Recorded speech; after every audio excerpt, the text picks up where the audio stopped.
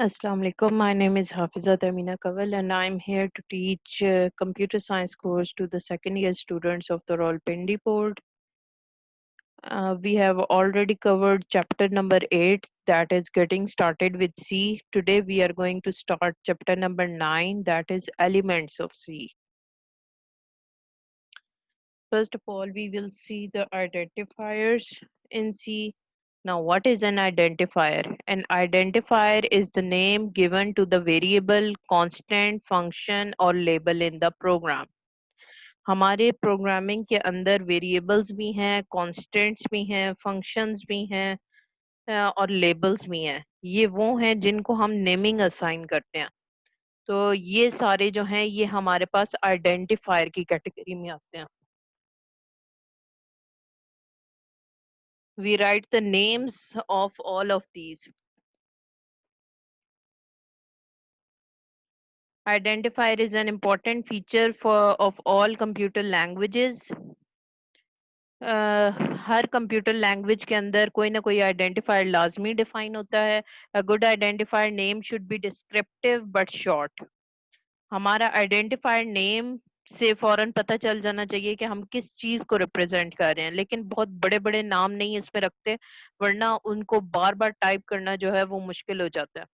An identifier in C language may consist of 31 characters.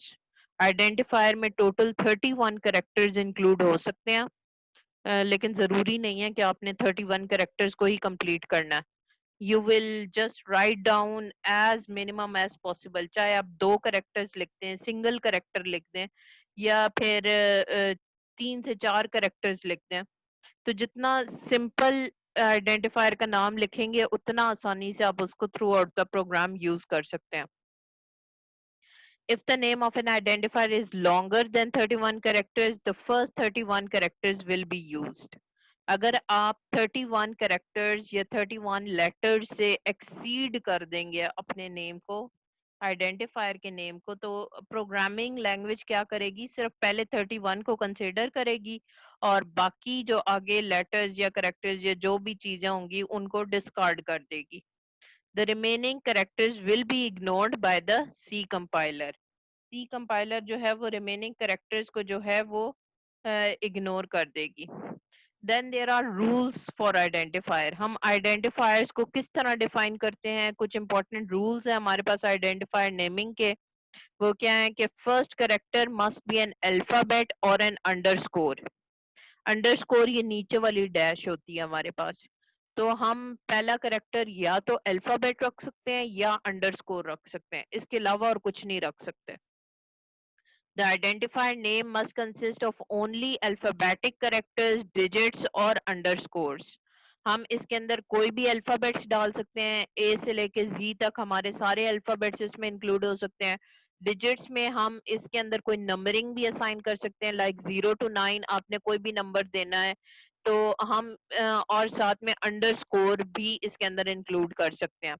Like इसमें example हो जाएगी, अगर हमने टेम्परेचर की वैल्यू देनी है तो हम TEMP भी लिख सकते हैं, TEMP 1 2 भी लिख सकते हैं, TEMP 1 2 3 भी लिख सकते हैं, या TEMP_1 2 3 भी इस तरह करके भी लिख सकते हैं.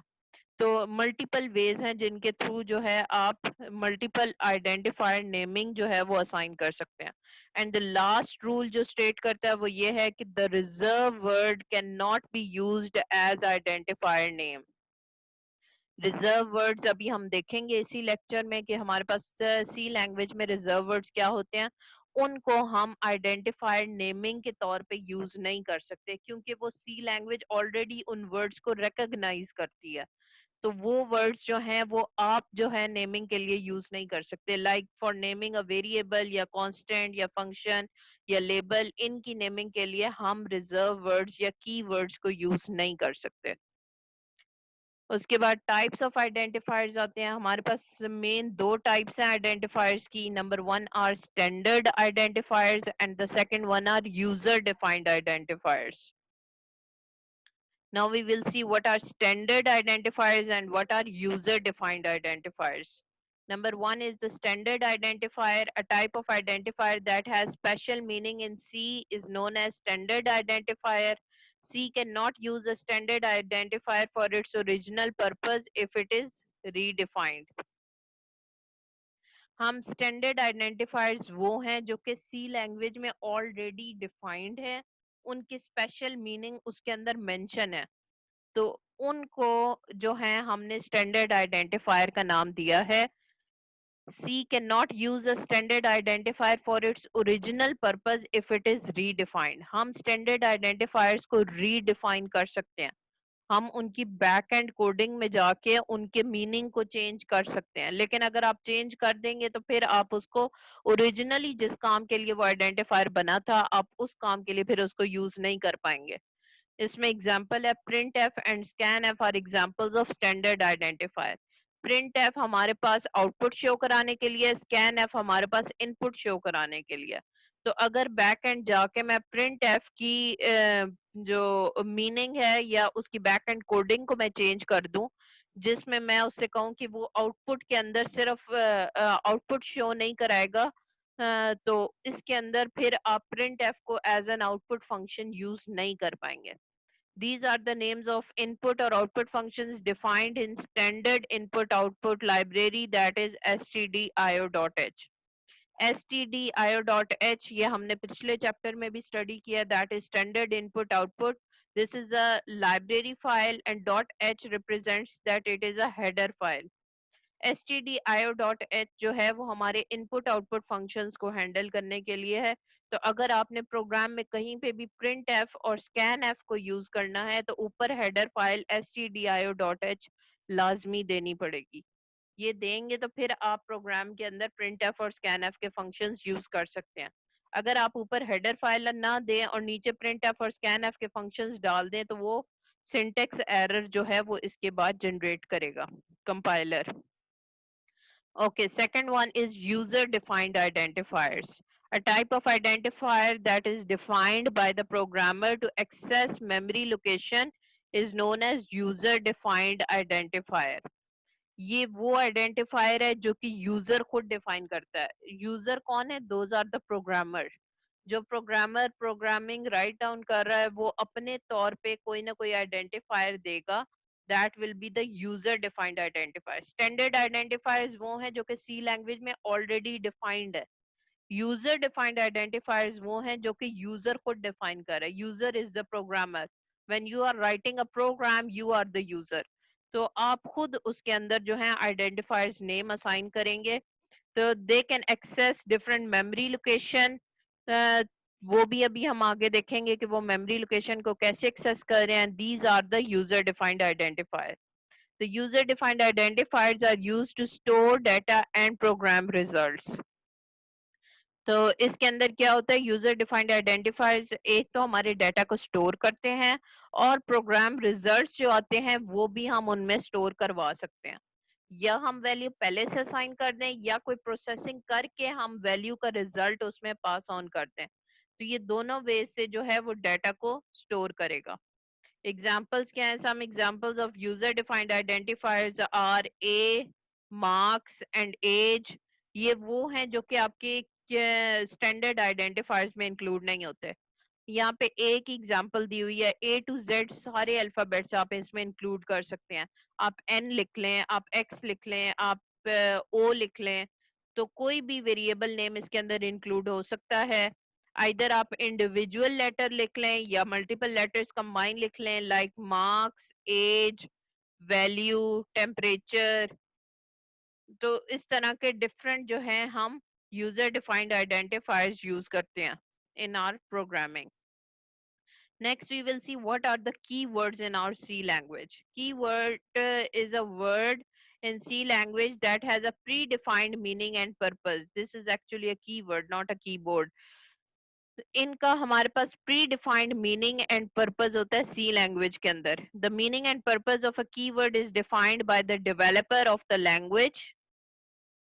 जिसने लैंग्वेज डेवलप की थी उसने इन कीवर्ड्स के मीनिंग और पर्पस जो हैं वो लैंग्वेज के अंदर डिफाइन कर दिए हैं. तो एक दफा जो डेवलपर ने कर दिया है, हम इन्हीं कीवर्ड्स को उनके प्री डिफाइंड मीनिंग के साथ यूज करते हैं। जैसे हमें पता है कि प्रिंट एफ जो है वो ऑलरेडी आउटपुट डिस्प्ले कराने के लिए है, क्योंकि आउटपुट बैक एंड कोडिंग में डेवलपर ने डिफाइन किया हुआ है कि प्रिंट एफ जो है वो आउटपुट डिस्प्ले करेगा। सेम वे में स्कैन एफ जो है वो यूजर से इनपुट लेने के लिए हम यूज करते हैं। तो those are pre defined meanings. It can not be changed और रीडिफाइंड बाय द यूजर। ये यूजर जो है, ये जो प्रोग्रामर प्रोग्रामिंग कर रहा है उस लैंग्वेज के अंदर, वो इतने आराम से इसको चेंज नहीं कर सकता, ना ही इसको रीडिफाइन कर सकता है। Keyword can be used for the same purpose for which it is defined. Keyword सिर्फ उसी काम के लिए यूज होंगे जिस काम के लिए जिसका पर्पस हमने इसमें पहले से डिफाइन हुआ हुआ है, वो उसके अलावा हम नहीं यूज कर सकते। They help the compiler in the compilation process. Keywords are written in lowercase. Keywords are also known as reserve words. Compilation process में भी ये हेल्प आउट करते हैं। कीवर्ड्स जितने भी हैं वो सारे लोअर केस में हैं। ये चीज मैंने पहले भी मेंशन की थी, हमारी सी लैंग्वेज की सारी प्रोग्रामिंग लोअर केस में होती है, अनलेस कि आप वेरिएबल डिफाइन कर रहे हो। आइडेंटिफायर्स के नाम आप कैपिटल में कर सकते हैं, या फिर आप प्रिंट एफ में आउटपुट में कोई statement as it is print कराना चाह रहे हैं, वो हम कैपिटल में कर सकते हैं। लेकिन बाकी जितनी भी आप प्रोग्रामिंग करेंगे वो सारी स्मॉल लेटर्स में ही होगी, लोअर केस लेटर्स में। कीवर्ड्स को हम रिजर्व वर्ड्स भी कहते हैं। There are different types of keywords in C language. The total number of keywords is 32। 32 हमारे पास सी लैंग्वेज के अंदर बिल्ट इन कीवर्ड्स मौजूद हैं। This is the complete list of our 32 keywords in our C language. इसके अंदर हमारे पास ऑटो है, डबल है, इंट है, स्ट्रक्ट है, break, else, long, switch, case, enum, register, typedef, char, extern, return, union, const, float, short, unsigned, continue, for, signed, void, default, goto, sizeof, volatile, do, if, static, while. ये सारे variable keywords हमारे पास given है। These are all the keywords of the C language. हम अपनी book में इसमें से मल्टीपल कीवर्ड्स को कवर अप करेंगे, लेकिन हम सारे नहीं करेंगे जो जो हमारे यूज होंगे। इसके अंदर लाइक हमारे पास डबल है, इंट है, चार है, फ्लोट है, शॉर्ट है। These are all data types. तो ये जो है ये हम इन डिटेल आगे कवर अप करेंगे, इवन लॉन्ग भी। इसके अलावा हमारे पास स्ट्रक्ट है, स्विच है। स्विच केस हमारे पास स्पेशली जो है वो स्विच स्टेटमेंट्स यूज करने के लिए यूज होंगे। इसके अलावा इफ एल्स जो है वो हम if else statements those will come in our next chapter, उसके अंदर हम कवर अप करेंगे। इसके अलावा लूप्स के लिए हम यूज करते हैं for loop, while loop, do while loop. ये सारे जो हैं ये हमारे आगे चैप्टर नंबर 12 के अंदर कवर अप होंगे। सो मल्टीपल इनमें से कीवर्ड्स जो जो हमारी प्रोग्रामिंग लैंग्वेज में आते जाएंगे, हम बारी बारी उनको देखते जाएंगे। अभी इस चैप्टर के अंदर हम आगे सारे डेटा टाइप्स को कवर अप करेंगे, जिसमें हमारे पास डबल, इंट, लॉन्ग, चार, इसके अलावा फ्लोट, शॉर्ट, कॉन्स्ट, ये सारे जो हैं हम उसके अंदर देखेंगे। ब्रेक और कंटिन्यू ये हमारे स्विच स्टेटमेंट्स के साथ आती हैं, स्विच के स्टेटमेंट्स के साथ। But you don't have to learn all of these 32 keywords. हम जो जो आगे आएंगे हम बस उनको देखते जाएंगे। Next, what is a variable? A variable is a named memory location or memory cell. It is used to store programs, input data, and its computational results during execution. Variable जो है is a named memory location और memory cell. Memory location के अंदर जो है हम variable के name को असाइन करते हैं, वो भी अभी हम देखेंगे कि हम किस तरह करके उसके अंदर करते हैं। It is used to store programs input data and its computational results. कोई भी प्रोग्राम का data like a is equals to 10, तो हम 10 वैल्यू जो है वो हम a वेरिएबल के अंदर पास ऑन कर रहे हैं। या फिर कोई भी computational results like c is equals to 2 plus 5, तो 2 plus 5 का जो रिजल्ट है वो c के अंदर जाके स्टोर होगा। तो ये जो है हमारे पास इनपुट डाटा और कंप्यूटेशनल रिजल्ट स्टोर करने के लिए। The value of variable may change during execution of the program. Execution के टाइम पे जो है वो वेरिएबल की वैल्यू चेंज हो सकती है, क्योंकि ओरिजिनली शायद आपने ए को कोई और वैल्यू असाइन की हुई हो, लेकिन बाद में प्रोसेसिंग के बाद जो है उसकी वैल्यू चेंज होके रिजल्ट डिफरेंट जो है उसमें जाके स्टोर हो। सो इसलिए एग्जीक्यूशन ऑफ अ प्रोग्राम के टाइम पे जो है इसकी वैल्यू चेंज हो सकती है। However, the name of variable cannot be changed. एक दफा जो आप नेम ऑफ वेरिएबल असाइन करेंगे वो दोबारा से चेंज नहीं हो सकता। The variables are created in RAM. RAM आपने लास्ट ईयर स्टडी किया होगा, that is random access memory. RAM is a temporary memory जहाँ पे डाटा थोड़ी देर के लिए स्टोर होता है और जैसे कंप्यूटर स्विच ऑफ होगा तो सारा डाटा रिमूव हो जाता है। That is why the data stored in variables is also temporary. तो उसके अंदर वेरिएबल्स में भी डाटा परमानेंटली स्टोर नहीं होता, उसमें टेम्पररी स्टोरेज ही होती है। It can only be used and processed during the execution of the program. The data stored in the variable is automatically removed when the program ends. तो जब तक execution of the programme चल रही है तब तक वेरिएबल के अंदर वैल्यू स्टोर रहेगी। जैसे ही हमारी एग्जीक्यूशन खत्म होगी, आउटपुट खत्म हो जाएगी, तो हमारे वेरिएबल की वैल्यू भी ऑटोमेटिकली रिमूव हो जाएगी। ये एग्जीक्यूशन के टाइम पे मेमोरी में ऑटोमेटिकली वैल्यू जाती है, आपके प्रोग्राम के अंदर से वैल्यू रिमूव नहीं हो रही है। प्रोग्राम के अंदर जो वैल्यू है वो एज इट इज रहेगी, लेकिन मेमोरी लोकेशन में क्योंकि वो वैल्यू को ट्रांसफर करता है ताकि उसके ऊपर कोई प्रोसेसिंग कर सके एग्जीक्यूशन के टाइम पे, तो वो वैल्यू जो है मेमोरी में से जो है वो रिमूव हो जाती है जब जैसे ही प्रोग्राम एंड होता है। Okay, this is the variable in memory. हमने एक वेरिएबल का नेम असाइन किया, दैट इज मार्क्स। वेरिएबल को वैल्यू असाइन की, दैट इज 10। तो मार्क्स जो है that is actually the name of the variable. जो 10 ये जो बॉक्स के अंदर है, this is a cell, so this is known as the address of the variable। और इसके अंदर जो value that is 10, this is the contents of variable.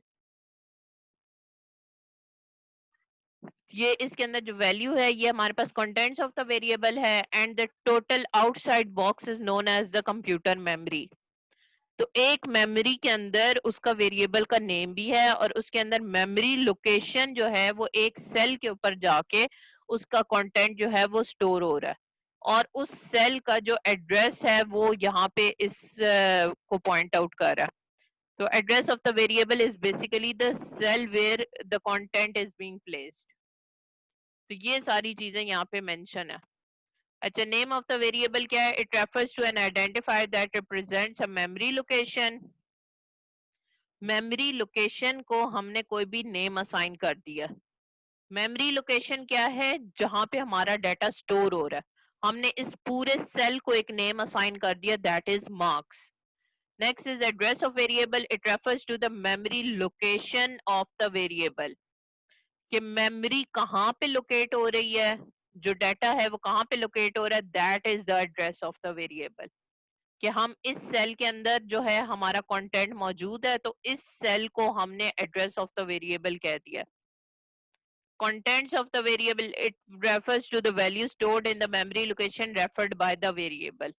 so basically जो भी कंटेंट है वो आप इस सेल के अंदर स्टोर कर रहे हैं, that is the content of the variable. आप इसको आइदर 10 करें, आप इसको 100 करें, 500 करें, 256 करें, जो भी वैल्यू होगी that will be the content of the variable, and this is entirely stored in the computer memory. ये कंप्यूटर मेमोरी में एक वेरिएबल की वैल्यू इस तरह करके स्टोर होती है। एक्चुअली कंप्यूटर मेमोरी में मल्टीपल लोकेशंस होती हैं, छोटी छोटी लोकेशंस। यहाँ पे तो इन्होंने बड़ा करके शो किया हुआ है। तो मल्टीपल लोकेशंस के ऊपर कहीं पे भी वैल्यू जाके स्टोर हो सकती है। तो जरूरी नहीं है हर दफा सेम लोकेशन पे जाके स्टोर हो। जब भी एक वेरिएबल का नेम असाइन होता है तो वहां पे ही किसी एक सेल के अंदर जो है उसके कंटेंट जो है जाके स्टोर हो जाते हैं। तो that cell is refer to as the address of the variable. Next हमारे पास, अब हम प्रोग्रामिंग कॉन्सेप्ट्स की तरफ चलते हैं।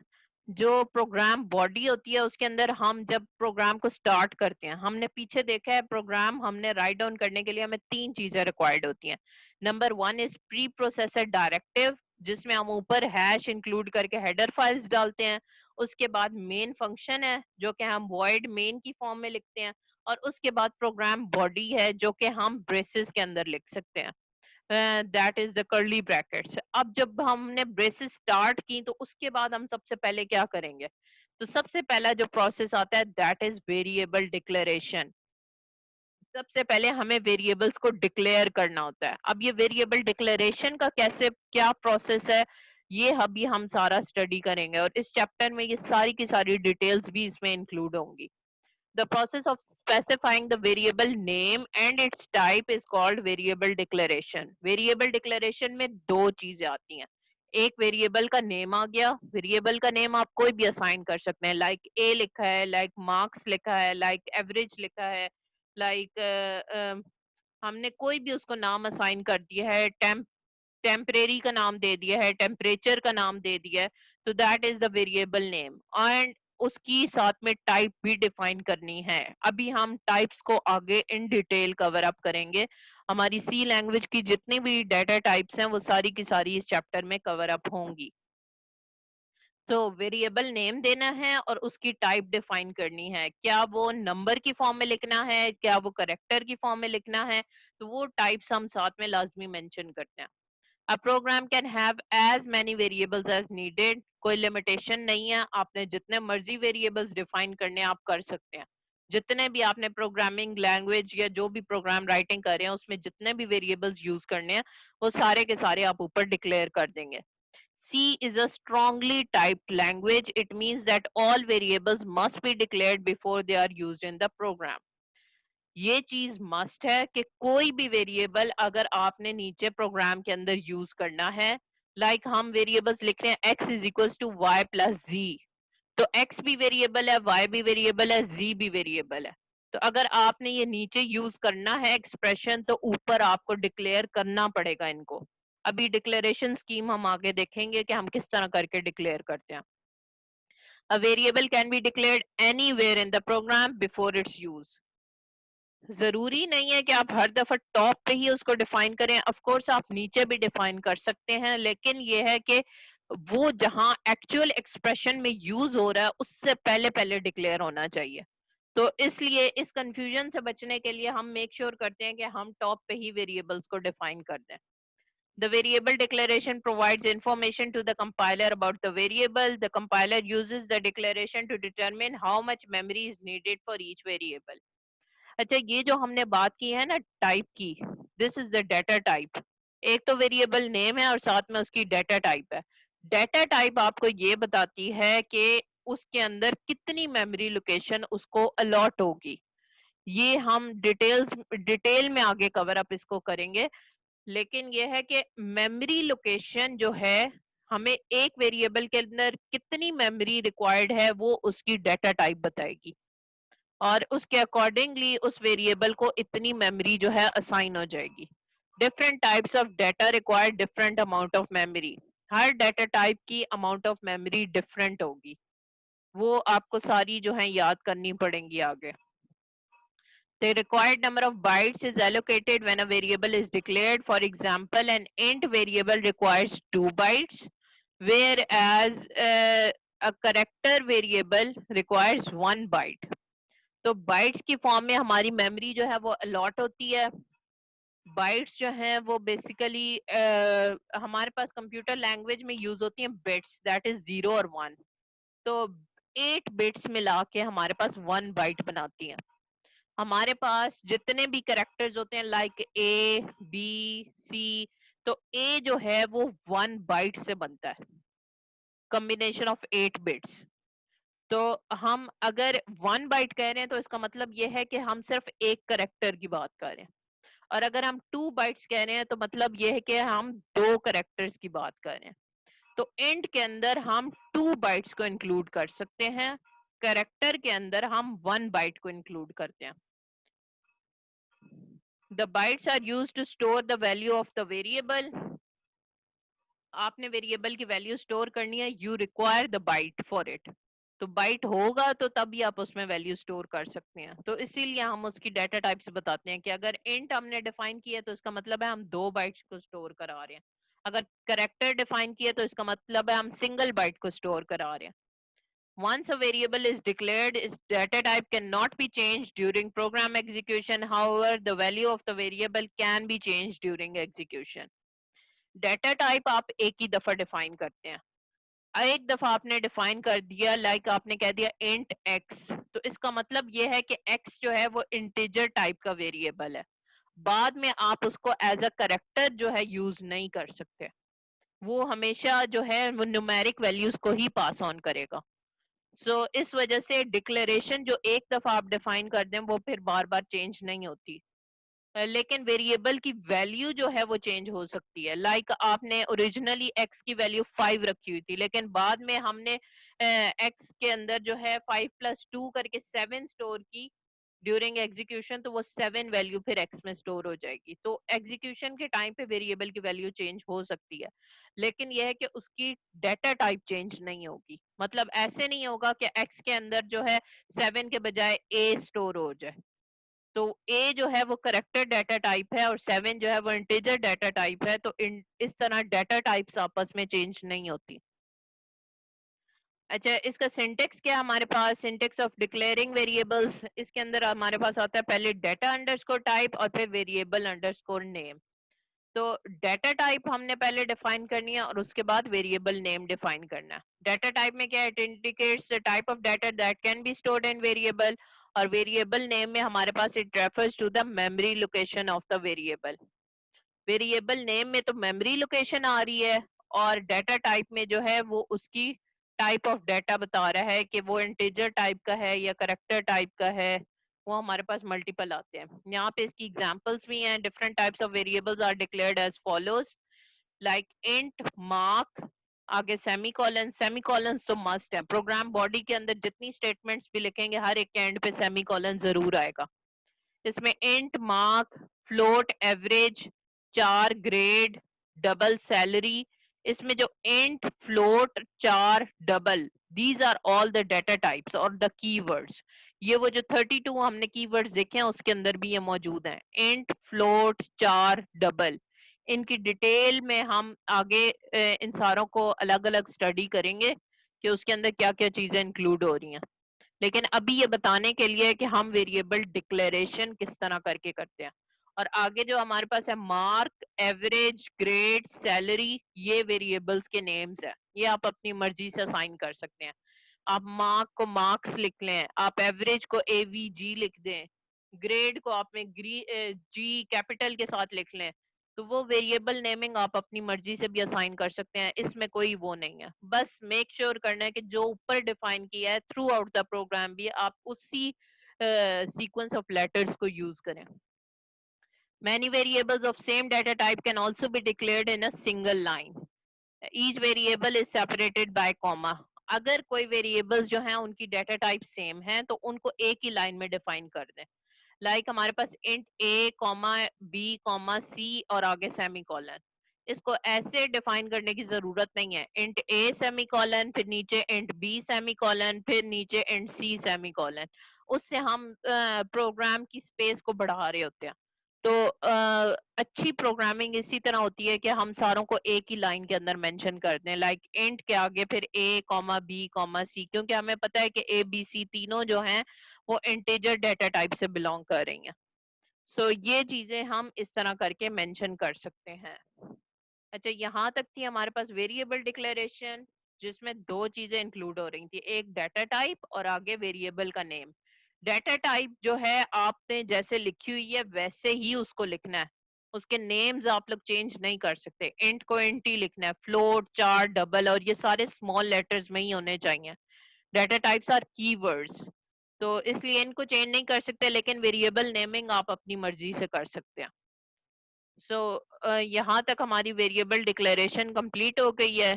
नेक्स्ट वेरिएबल इनिशियलाइजेशन है. We will continue it with the next session. In case of any queries you can leave it in the comment section below. I will get back it to you. And do subscribe the channel and also the notification icon as well, so you are notified whenever my new lecture is being uploaded. Thank you for listening. Allah Hafiz.